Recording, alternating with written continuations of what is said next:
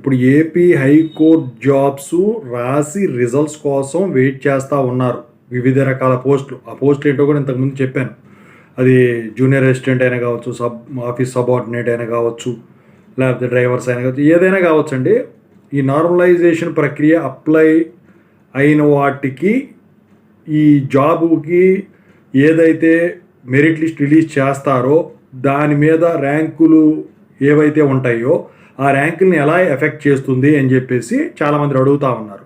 దాని గురించి చెప్పదలిచాను. సో ముందుగా ఇంతవరకు ఈ ఛానల్ సబ్స్క్రైబ్ చేసుకొని వాళ్ళు ఎవరైనా ఉంటే సబ్స్క్రైబ్ చేసుకొని ఈ వీడియోని లైక్ చేసి షేర్ చేయండి. మీకు ఏమైనా డౌట్స్ ఉంటే కాల్ మీ ఫర్దర్ కాల్ చేయండి. తెలుగు ఎడ్యుకేషన్ టెలిగ్రామ్ ఛానల్లో జాయిన్ అవ్వండి. ఇక టాపిక్లో వెళ్తే ముందు నార్మలైజేషన్ గురించి చెప్పబోయే ముందు నేను ఇంతకుముందు ర్యాంకుల గురించి చెప్పాను.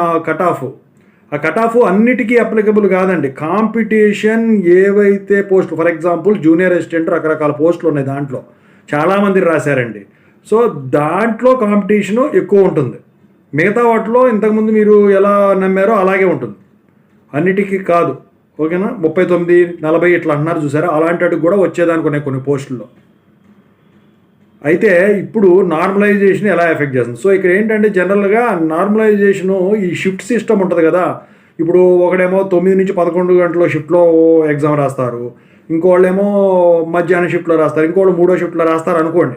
రాసినప్పుడు ఏంటంటే ఒకే క్వశ్చన్ పేపర్ ఇస్తే ఇప్పుడు పొద్దునపూట రాసిన దాన్ని పట్టుకున్న వాళ్ళ ఫ్రెండ్స్ ఉంటే చెప్తారు కాబట్టి రెండో పూట దాంట్లో ఈజీగా పెట్టేస్తారు, బయటికి పొక్కిపోతాయి క్వశ్చన్స్. అందుకని చెప్పేసి వీళ్ళు ఏం చేశారు, క్వశ్చన్స్ మార్చడం జరిగింది. క్వశ్చన్ పేపర్ అంటే నేను ఇంతకుముందు మాట్లాడినట్టు ఒక సెట్ ఈజీగా ఉంటే ఇంకో సెట్ కష్టంగా ఉంటుంది. సో ఈ కష్టంగా వచ్చినోడికి దెబ్బైపోతారు కదా.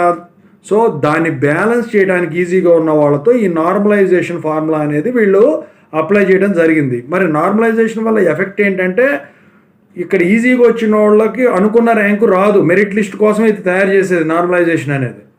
ఆ మెరిట్ లిస్టు ర్యాంకులు ఏవైతే ఉంటాయో ఆ ర్యాంకుల కోసమే ఈ నార్మలైజేషన్ అనేది ఇప్పుడు అప్లై చేస్తున్నారు అన్ని షిఫ్ట్లు కలిపి. అయితే ఈ నార్మలైజేషన్ ఫార్ములా అప్లై చేసేసి వీటన్నిటిని కూడా పర్సంటేజ్లో కన్వర్ట్ చేస్తారు.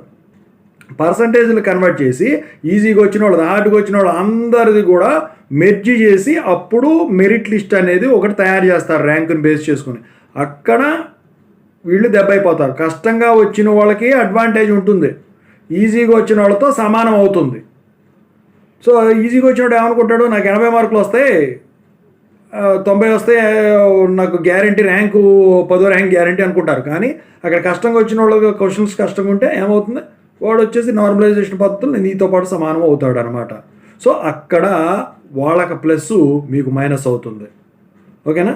సో చాలామంది అడిగేది ఇదే. సో రిజల్ట్స్ వచ్చిన తర్వాత కూడా కాదు, మెరిట్ లిస్ట్ వచ్చిన తర్వాత మీకు తెలుస్తుంది. సో ఇదండి.